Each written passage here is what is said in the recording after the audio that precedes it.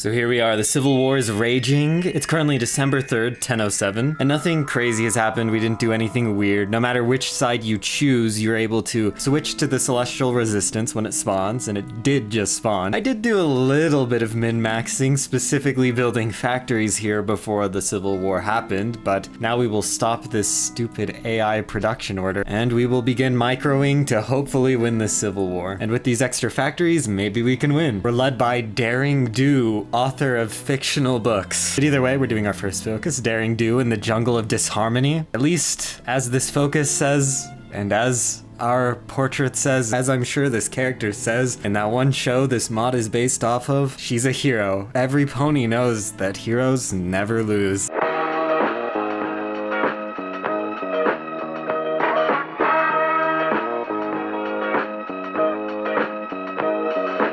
That's interesting. I guess some of these guys down here really like us. In the Crystal Empire, very cool. I mean, I'll take all the lend-lease I can get. Our situation is not the best. We probably should use one of our factories to just buy steel. I don't know who I want to buy it from. Probably someone that it just doesn't matter. Luckily, this focus we have here gives us 2,000 guns, which will almost perfectly, well, I mean, not almost perfectly, but at least cover about 2/3 of our stockpile deficit that we currently have. And we have some good decisions here that help with the natural progression of this Civil War, getting more weapons, which will cover the other ones that we don't get, and then making new supply hubs near where we need them, specifically here, where we have no supply. See, if we didn't have this decision to get a supply hub there, I probably would have the fallback line closer to our supply hub so they weren't standing here getting attrition. Probably need to hold the line there if we want to build that supply hub. And with the spawn-ins we get through these decisions, we can use them to micro the front line. By taking this one tile in this state, we're able to cover our entire front line and this island with our starting division, so now every extra division we can get, we can use to do funny encirclements. I could strategically move divisions off of tiles in the front line that I don't think the AI will take, but I don't want to risk messing things up. I don't feel like we have to do anything crazy though, we just have to punish the AI if they have gaps in their line, but I don't need to actually attack into them if they have their line fully garrisoned. Just a balancing act with this four-way fight. We're also modifying the toy factories to produce real guns. That's a big one. Wow. I don't know how I feel about that one, but you know, war is war. And luckily too, through this focus, we're able to make some of the Disciples of the Knights divisions defect. So we'll take these. I don't know if it actually took some divisions away from them, but I mean, I've seen that mechanic in this mod before, so maybe.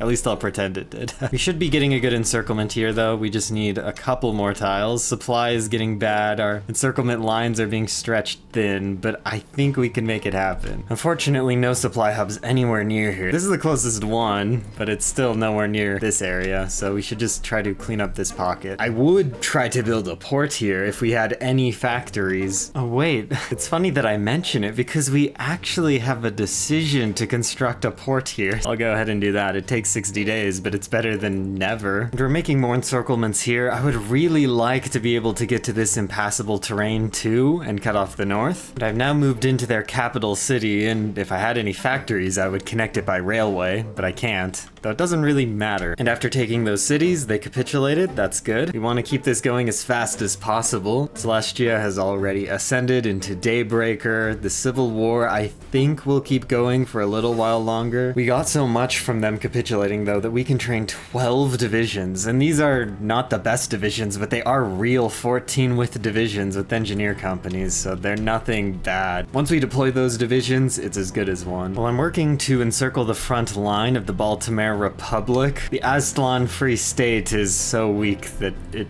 doesn't really matter what happens. We can capitulate them whenever we choose to. Definitely caused a bit of chaos here for them. They've moved some of their divisions outside, but for the most part, they're pretty disorganized at this point. This is all pretty weird. I honestly don't even know what's going on. Okay, and they might capitulate here. I think this is their last victory point. Yep, there they go. And there we go. As always, the heroes win. Or at least they never lose. Practically the same thing though, right? Peace for now, yeah. Not for long though. Now we have a really big focus tree. It's actually pretty crazy. We could fight ourselves as the last bastion of harmony, though today we'll be going with Daybreaker. Are you all out of your minds? That's what our great leader thinks. Yeah, you know, it is kind of a bit weird for us to side with someone that evil. Maybe she just needs a bit of time to cool off. There's even a new decision category for this, Daring Do's desperation. Daring Do seems to be very upset at our decision to recognize Daybreaker as Celestia. The former commander has stormed off and is rumored to be looking for a way to stop Daybreaker. And Daybreaker grants us autonomy. Very good, so we're a puppet state, but we're a protectorate. Some autonomy. Hopefully we didn't lose too many of our factories, only 3 military factories. Okay, so her plan is to find a magic staff that will steal all of her power. Anyway, the Civil War is basically going to be over at this point. There's nothing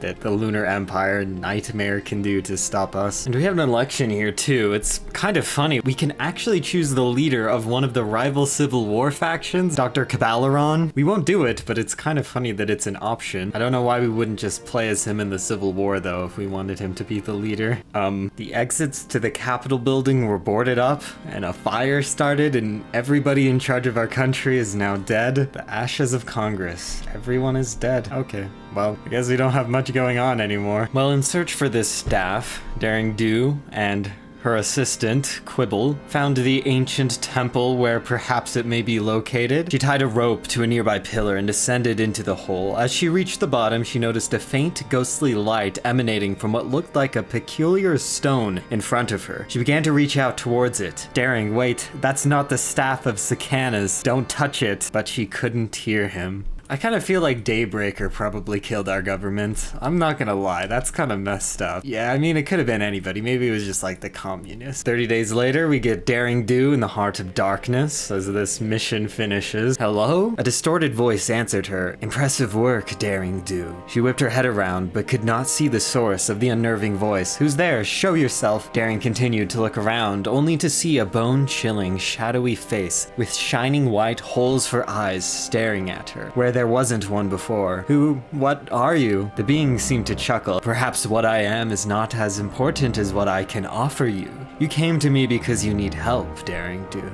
I can sense it. The face swiveled around her with unnatural speed, closing in next to her ear. What is it that you need help with so desperately? While her gut was screaming at her not to trust whatever this thing was, she decided to play along to see if she could find a way out of this ominous place. I was looking for a way to turn Daybreaker back into Celestia.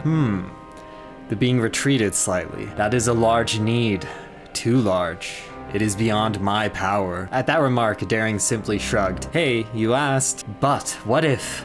The being rose above her. There was something else, something deeper than that desire, something you have wanted since the very beginning. Daring thought back on the past few years. Equestria had practically exploded into a cacophony of bloodshed and violence that ordinary ponies could never have comprehended. So many innocents had been forever scarred by the horrors of war. Even the Alicorns had gone mad. She opened her eyes and stared at the being again. I want peace. I want Equestria to be at peace. I can grant you the power to do this, Daring Do. The being extended a shadowy protrusion out in front of her. Equestria at peace. Wow, he said the thing, guys. That's crazy. This is the moment. Equestria at... Against her better judgment, she grasped the being's tendril, and so everything fell into shadow. The realm of shadow. In the shadows. They're in the shadows. Dear Celestia, what are those things? We now have Shadow Army conscription law and Doomsday economy. We're also a detached country too, which is like the Dread League. Like, no one can declare war on the Dread League, and after that short war against the Arcturian Order, no one can declare war again until they've conquered everything else. So very interesting.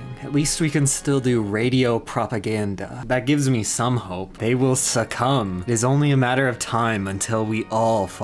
But side by side, at least we'll have each other in the end. Why won't these things die? So everybody is now dying terrible deaths to shadow creatures. Even Quibble, who witnessed Daring Do go into the temple, is on the run from a giant monstrosity. For the first time in their lives, the Bat Ponies felt afraid of the dark, as our hopes are all destroyed. Now the night won't turn to day. Looks like you're going to the Shadow Realm, Jimbo. Well, we should save that line for when we win, actually. Umbrum super weapon. Infinite stability and war support. Lots of AI focus on offense. I was playing and the AI went down this path somehow, I would kind of freak out. Pony of Shadows has almost unparalleled magical abilities. It does not follow the conventional rules of warfare, and so I must remain mobile to survive. You have no core territory, and therefore you are significantly harder to defeat since it does not matter which victory points you control, only that you control at least a small amount of them. And it looks like we automatically declare on everybody we border. This is starting to sound somewhat familiar to the other detached nation. Divide and proliferate. Every 90 days, I will be able to split myself. Fully controlling a state bordering an enshrouded state will grant me both ownership over it and automatically enshroud it. Interesting. I think this one is probably the most useful one to do first, and I guess too we will prepare to be going to war immediately here. Our main enemy, honestly, will probably be the Confederation, because they won't be distracted with another civil war opponent. We have 20 more days before all will be consumed. And the war begins. I guess we will start by instantly killing that guy. See, micro like this is what I'm best at, so I'm happy to play around with these mechanics. And this decision too toggles between getting 1 division with 22 combat width or 2 divisions with 10 combat width. I'm going to get 2 divisions with 10 combat width instead. Definitely more useful. Having more divisions is way more important to what we're going to have to do here with making encirclements. This is an interesting ability to use the Fallen as my puppets. Each month, 1 out of every 10 casualties that my enemies suffer will become my puppets. These guys must be super scared of me. They're not putting any divisions on my border, or maybe they're both just out of divisions because I've encircled them all. Yeah, we're continuing to encircle them wherever we can, and continuing to not put divisions on large portions of our border. It's genuinely a pretty fun mechanic to have all these divisions that are extremely powerful, but only have 16, so we can barely man a border. And interestingly, the Solar Empire capitulated. That puts us in a solo war against the Lunar Empire. We do have more divisions than them though, so let's just hurry and capitulate the Confederacy. Okay, they technically do have a lot of divisions though, just because they have Cheer Up Terra now in this war with us. So I guess this won't be super easy. And luckily, I guess, the Confederation of Southern States was a major, so we get to just annex Las Pegasus too. We will now do the Darkest Blades of the Deadliest, which gives plus 10% division attrition to everybody we're at war with. Right now, that's just the Lunar Empire, who's basically a defunct nation, but the Changelings will invade them soon. Yeah, the division count discrepancy between us and them is quite giant. So the Changelings have now declared on the Lunar Empire and the Crystal Republic. The Crystal Republic, though, was in a faction with Stalingrad, and we've kind of destroyed the Lunar Empire, but Stalingrad should be able to carry this war for now, so we won't be fighting the Changelings just yet, most likely. I kind of hope they come over here and we can do some encirclements and slowly kill them. Surprisingly, because of this impassable terrain, right now we're in a position where we're defending a very small border. I guess we have some gaps in it, but it doesn't matter because they don't have enough divisions to man this whole thing. But if the Changelings ever capitulate them and get all the way over here, I will bring more units there. And this division here is solely in charge of repelling naval invasions. I think them naval invading us is a trap for them, so I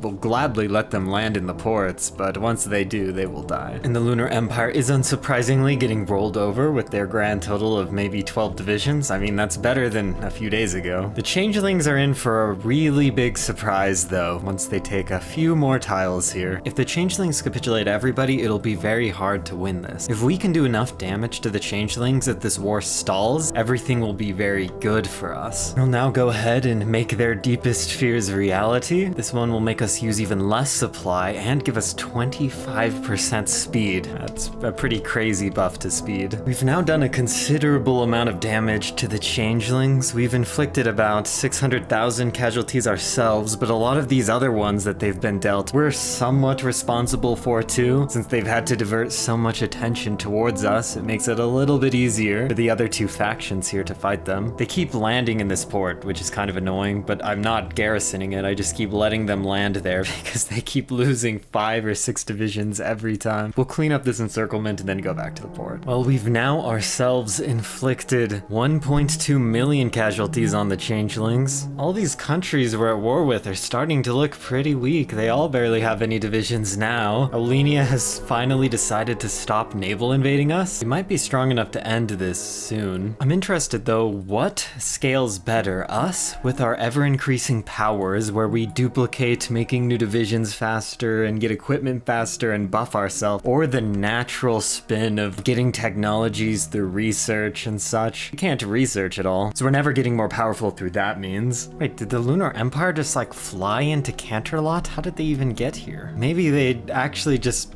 used paratroopers. I guess that means they're too strong and we actually need to fight them. The situation around Vrax is a bit tenuous. We don't have many divisions up here. They're finally retreating their armies. The Changelings are actually getting pushed back. Hence why we're attacking the Lunar Empire again, because now they're probably the strongest ones. Or maybe Stalingrad, actually. Terra capitulated. I don't think it's a good idea for us to necessarily take anything from them. Most of the Changeling army is now encircled, or probably half of it, in this pocket. We are going to be forced to declare against the Crystal Republic and Stalingrad now. All that matters, though, is that we keep everybody pretty weak, so there's not someone who's super strong and can deal with us once everybody else has died. And after hours of micro, I think it's finally time that we can battle plan here in the center. I think this will be a good place to attack from. We may need to move some of these divisions over to the battle plan 2 as it expands. I think with this, we should be able to finally finish things up here.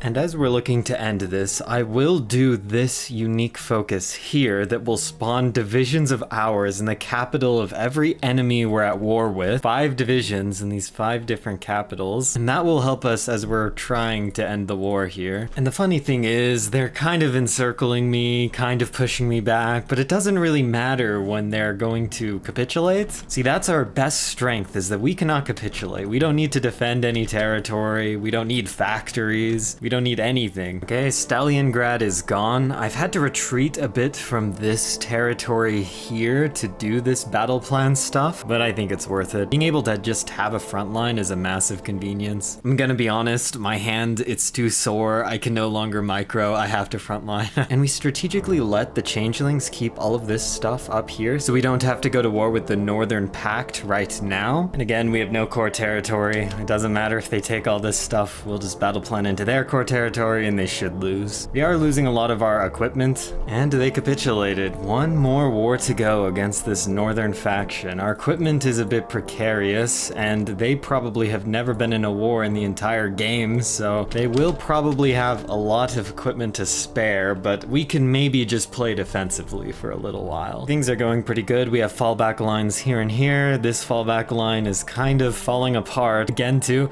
it genuinely does not matter if they take every single victory point as long as we have like one of these few. And I did decide to let them take all of this territory. You see, they have a lot of divisions, but now their divisions are spread out along this long front line, and their core territory I don't think is very well defended anymore. So it should be pretty easy to battle plan. Again, it's just our equipment that's a problem. Factories don't really produce this stuff. We're mainly just relying on this one mission that gives us 100 every 8 days. And here they go. They did have Shadow Essence too. I'm happy they stole some from us so we can get it back, because we need that stuff. And at long last, we can finally do the decision, grant Daring Do's wish. Now with all threats to Equestria neutralized and all areas of Equestria secured, and all of its remaining inhabitants accounted for, it was time for her to complete her mission, to bring peace to her home. Every living creature on Equus will disappear. So now everybody on the continent is in limbo, besides her. And I guess, I mean, she did get what she wanted, technically. Expedition log.